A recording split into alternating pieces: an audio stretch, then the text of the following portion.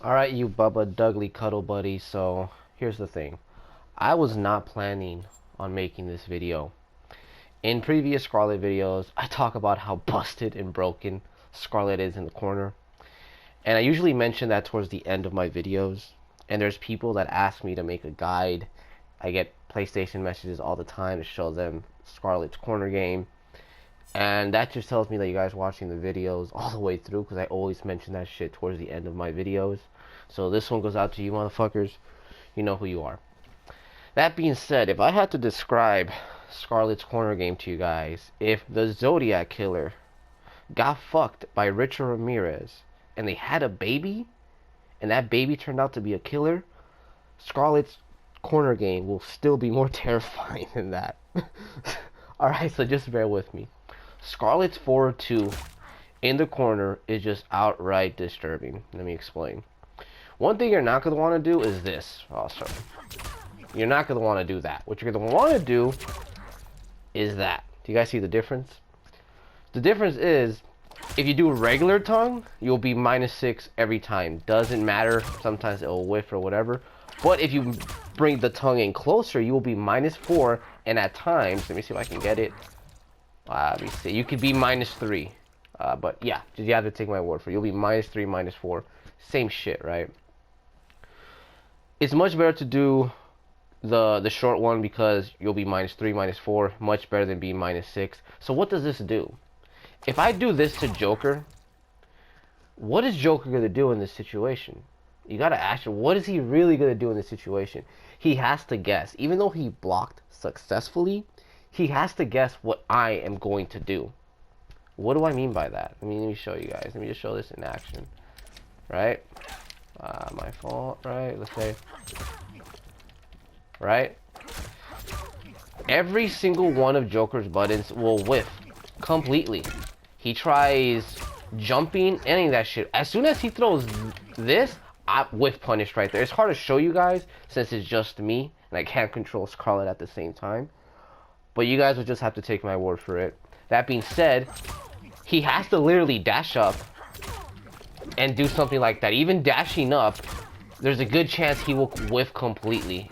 Not only that, but as soon as he dashes up, I already won. Because if he dashes up, I can do something like that, and then he thinks I'm going to do something like that, and then boom, he gets hit with my down 3, my down 4. Doesn't matter. If he tries jumping out, he's going to whiff completely as well. Let me show you guys. My fault. I did it wrong. I just saw right there, -6. See, -3 right there. What is Joker going to do in this situation? Is he going to jump? Like, even if he dashes up and then jumps, like, he ain't hitting shit. And then by the time I'm backdashing, he's like walking into crushing blows, walking into this, getting my health back, my forward. Come on, Skarlet has really long range buttons. Her back 3 and her forward 2 in the corners is downright just crazy. So there's that. When you throw this is a complete mind game that your opponent has to guess on. He's gonna have to reach towards you. And Skarlet, think about it, Skarlet has just way better things to do than Joker. Like, she has the advantage, even though Joker blocked. I'm like -3, -4. I could backdash out of there, and Skarlet's backdash is really freaking good. So, like, what is Joker going to do? He's going to reach, and he's going to get clipped. That's what's going to happen. Now, the next thing I want to talk about is her blood ball. Now, I know what people are going to say. Oh, you could duck that. Oh, you could. Let's actually try ducking that and see how awkward it is to deal with. Watch, I'm gonna show you guys why. My fault. I have the slow blood ball. Right. I'm gonna try to duck that. Where's Joker going? The only thing Joker can really do in this situation is jump. And even if he has to jump immediately. If he doesn't jump immediately, he's gonna go right into it. I'm like +1000. I can make a hot pocket and still have time to punish this bastard. So he has to jump immediately. And what if I don't do blood ball? What if I do this instead? He thinks I have the read and I get health back. Not only that, but if you get hit with tongue in the corner, it should just be game. What is your opponent really going? What is your opponent going to do? Ask yourself that. Are they going to wake up armor? Are they going to forward roll? I could literally just wait for you to fuck up and hit you with my forward 2, with my forward 4, or I could literally backdash here and throw a blood ball, and like, what are you gonna do right there when I throw a blood ball? You're gonna try to jump it? I will anti-air your fucking life away. Are you gonna try to duck it? You're wasting your time because I can just throw a tongue. Especially that slow blood ball, and like, what are you going to do? Like, what is your opponent going to do? Unless they have a teleport or something. But that's that. Her forward 2 is really good. This, similar, like, you could be, what is it, minus, no. There you go, like -4 as well. And this actually look, think about it. This actually has a lot of pushback on the move itself. And you add tongue, like, it pushes her back, which is really nice. So you could be, you know, like minus, let me see, I did it wrong. Let me see. -5, -3. It's always best to do the forward 2 one. But what's nice about this is that no matter what, your opponent cannot jump over it, but they could poke you out of it. So I would not recommend doing this unless your opponent is a fucking jumping bean. So doing this, if your opponent's jumping a lot, but if they're like pressing buttons, you know, it's kind of pointless to do because you're gonna get poked out. But what you are gonna want to be doing is this right here, because if you throw this move at this range right here, your opponent actually cannot duck that, like at super close range. Like they cannot duck that or they get hit. They also have to worry about this launcher, which I would get into in a minute. So if you ask me, you know, she has a safe launcher. And basically, if I could describe her corner game with her forward 2 and her back 3, it's just, I guess, rhythm manipulation is what I want to call it. It's like, you really throw your opponent off with the timing, especially if you have cancels. You could throw them off with that. And then you could, like, throw a cancel. You could just jump in on them. I personally don't do that, but that is an option for people that don't know how to anti-air.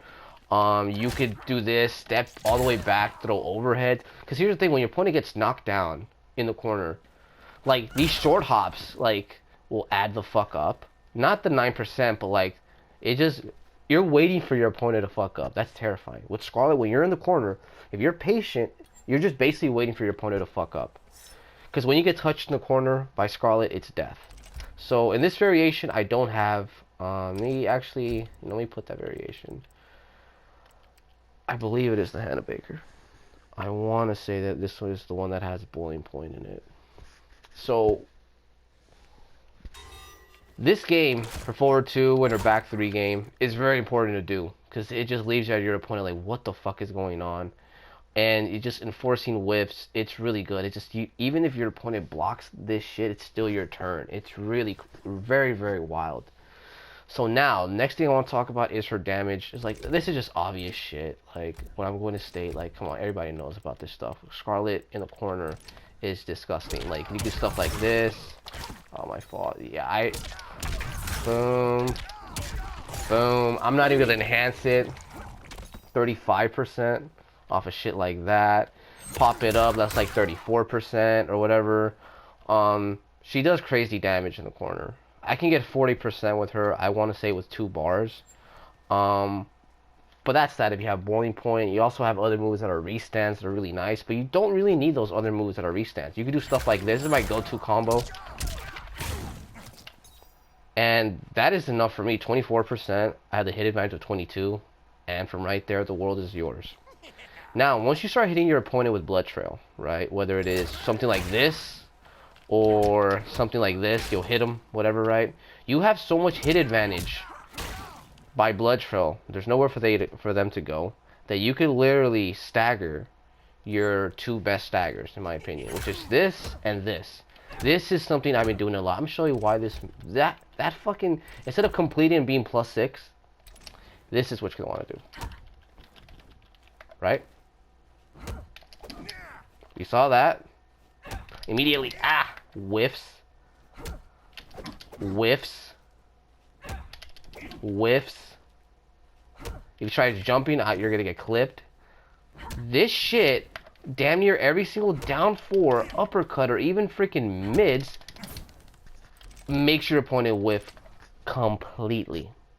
And when they whiff, I'll do something like this, whatever, boom, step back, clip my opponent, whether it is I want to be safe, or if I have what is it, my launcher, boom, I'll do something like that and then get damage, whatever. So every time you land Blood Trail, right, Every time you land this right here, do something like that, and it creates so much space that you wave dash backwards with, like, you backdash with Skarlet, and once your opponent whiffs completely, just punish the living shit out. Whether it is something like this, 22%, and again, if my opponent gets knocked down in the corner, that's that, or if I have trance, or if I have retribution for the restand, whatever. One thing I love doing is this, and then boom, right there. I could do it again, or I could complete it and just throw my opponent's timing off completely. This as well, I like to do this and then go into overhead. Just knocking your opponent down in the corner is just fucking terrifying. Not only, but just landing blood trails like 20%, 20 fucking percent. And I could do whatever. I could grab my opponent. If your opponent tries uppercutting, tries down one-ing, anything, your grab will beat them out. No matter what. They have to duck and be a fucking savage. But like, no matter what they fucking do, they're going to get hit. Even doing a short hop after that, in my opinion, is worth it. It is. Think about it. They lose 20%, 9, that shit will add up. That'll be like, what, 30%, something like that? So, boom, boom, boom. Teabag them a little bit, boom. Oh, god damn it. But you guys get the point. Like, that actually adds up to a lot. But the whole point of the corner is that you want to knock your opponent down or keep them standing and keep them guessing.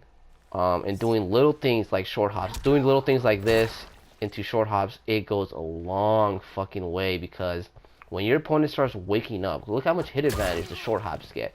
I can literally backdash, go back and forth and make my opponent guess. Am I going to throw something at them? Am I going to backdash and throw a blood ball and start suppressing them from there? There's just too much to think about. There really is. And then also you land your pokes, any poke, doesn't matter. Down 4, you could do something like that as well. Like every single thing you throw with gels in the corner, and they have to completely guess. So doing this into a grab is like the easiest thing to do. Probably the thing I would recommend. This would just throw your opponent off. Oh, what the fuck? Down 4 into grabs with Skarlet. What the hell's going on? But there's that. Enforcing whiffs, using your hit advantage right. Back then, I would do stupid shit like this. I would do something like this, and then do it again. If your opponent is mashing, like, let's just think about the damage that they're going to lose.